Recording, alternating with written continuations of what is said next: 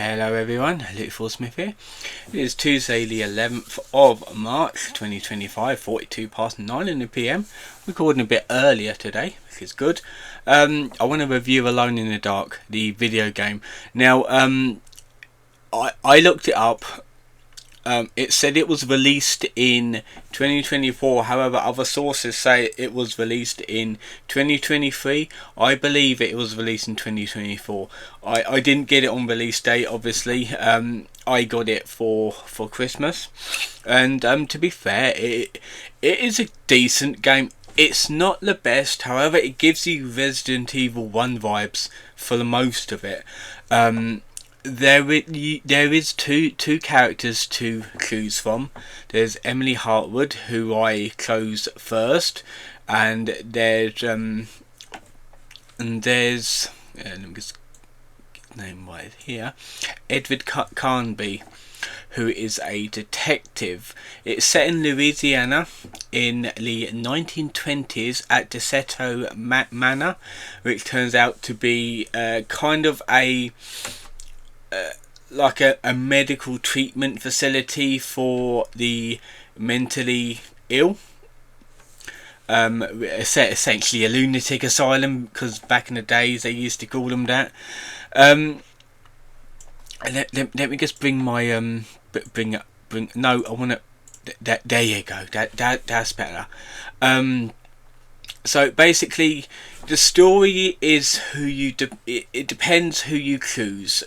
If you choose Edward Carnby, it will be mostly him you'll be playing as him trying to discover the secrets of the manor, like try and figure out what's going on, what's with the people there.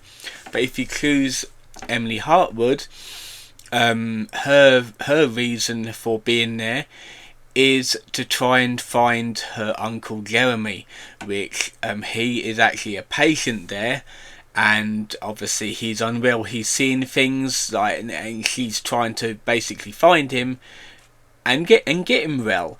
The story takes a bit of a dark turn. The characters are a little bit weird. Who you meet along the way, mainly because they're mostly all patients in the manor. And as it goes along, you get transported to weird, nightmarish scenes, and like you have to like fight monsters and that. Yes, there is combat. There is monsters in it. However, I kind of wish that there was more of a variety of them. It's basically like, you know, when you're playing Resident Evil Revelations, yes, there's a variety, but it's mostly all the same sort of enemies. That's the only thing. There's only two bosses in this. One has a second stage, which is a really simple boss, and it's just weird, like this boss is like right near the end. It's like almost right before the final boss. Which is a weird place to put it. You would have thought it would have been a mid-boss or something like that, but no, it's not. So you get like transported into these like nightmare scenes. It turns out that you're getting transported into Jeremy's nightmares, his visions, because he's been taken over. And it's basically at the end. Turns out that the manor, the actual DeSoto Manor, is basically run by cultists, and everyone's a part of this cult. Yeah, and it's a suicide cult as well, so it's one of the worser ones. The gameplay is actually quite good. I quite enjoy the gameplay. The weaponry in it, you can't upgrade your guns. There's no shop, so it is survival horror, which is good, because I do like that. You get a handgun, you get a shotgun, you get a rifle. I think you get a rifle. No, you get a Tommy gun as well. I think you get a rifle. It's been a while. It's been like a few months before until I played it last, because I ended up completing Edward's campaign as faster than I did like Emily's campaign, mainly because it's the same. Like the gameplay, is basically the same. Just the cutscenes are different and the endings are slightly different as well. Like all the dream sequences are the same for both characters, except the second from last one, which is meant to be about the character you're playing, and it's basically tapping into what their nightmare would be, because they would have been taken over by now, which is good. I mean, it's an interesting take, but other than that, the gameplay is the same. The storyline is the same, other than the ending bits.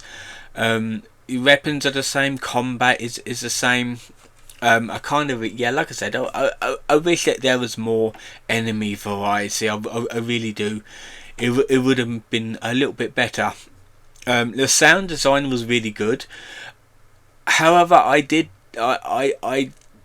get a bit of glitchiness, some glitches, some bugs in the game, which obviously I don't think there's any patches for it anymore, because I don't think they'd be bothered enough to patch it.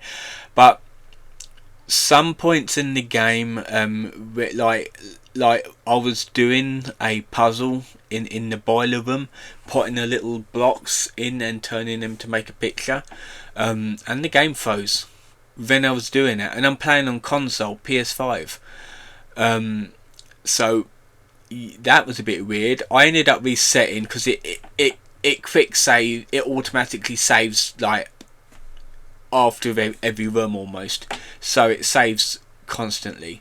And another thing is, when I opened the door, for some reason the room that I was going into, all the furniture wasn't even there. It popped in like a second after I walked in. So there are loading issues with this game. And there's also like a funny one where a cutscene, and you're basically like in the background, and there's supposed to be someone you're talking to, and like as soon as it changes scene to the person that you're talking to, they like go zip into frame. it's like shot into frame like that, because they're meant to be in the cutscene as you walk in. But no, to be fair, I do think the even though I do have the PS5 version, I think it's only on PS5 and Xbox and Steam. I think the PS5's a bit too quick for cutscenes. it does load them up too quick. And there's also a glitch with some of the music, some of the soundtrack. Like when I was like, when you're with the in an enemy room, and you basically kill them all, the music ended up playing for the next few rooms, even though it was safe rooms. So yeah, there is some bugs. There is some bugs in other words. However, it did not bother the gameplay at all. I still thoroughly enjoyed it. It was an enjoyable game. Now it is actually a remake off of a 1994 game of the same name, which was on the PC, I believe. Which is obviously, yeah, you know what 1990s games on PCs were like, but it was like more like really old style graphics, not even old style Resident Evil graphics, like older than that, like really simplistic. But yeah, I never played that one before. This is like the first Alone in the Dark game I played, so to be fair, I might try like finding the older games, giving them a go, but for now I won't, because I've got other things to do. But yeah, it is a really good game. It is short. Like my first playthrough was like 5 to 6 hours. My next playthrough was like almost 2 hours, because it's like basically I ended up speedrunning it. There is replayability. You can get collectibles in it which can unlock certain things. Like an easy one is to unlock the shotgun. The shotgun you can miss easily, if you don't have the right items. But if you got like 3 items that's needed to unlock it, then you go back to the shotgun and you pick it up, because that's the only way you unlock it. You can't just grab it and go. You have to collect some items in order to get it. And there's also like same thing, collectibles you can get to unlock added lore about either the people or the manor itself. So yeah, it is a really solid game. It is really enjoyable. Yeah, I only needed to beat it twice, to be fair. I might go back to it and see what happens. But yeah, I beat it twice, once on each character. I don't really need to go back to it as much.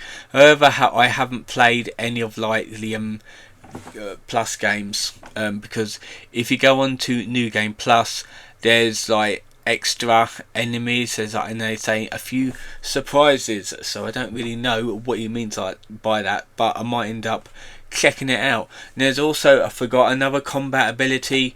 You can pick up objects and throw them. If there's a throwable object in front of you, you can hold in the throw button to basically hold it in your hand, or you can just press the button to just throw it in front of you. You can't collect these throwable items for later. It's basically grab and throw, or just hold, aim and throw, that sort of thing.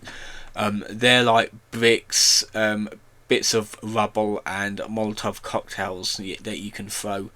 But if you want a Molotov cocktail to actually work properly, you basically got to throw it straight away. You can't just hold it and then throw, because otherwise it won't ignite.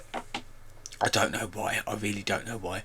But yeah, it like I said, really good game. I know it is an older game, well, about last year, but it is a solid game. I thought I'd review it because I haven't talked about it yet, so I wanted to talk about it. So yeah, I think that'll be it for today's video. Tomorrow will be an ED reading, and I will see you in that video.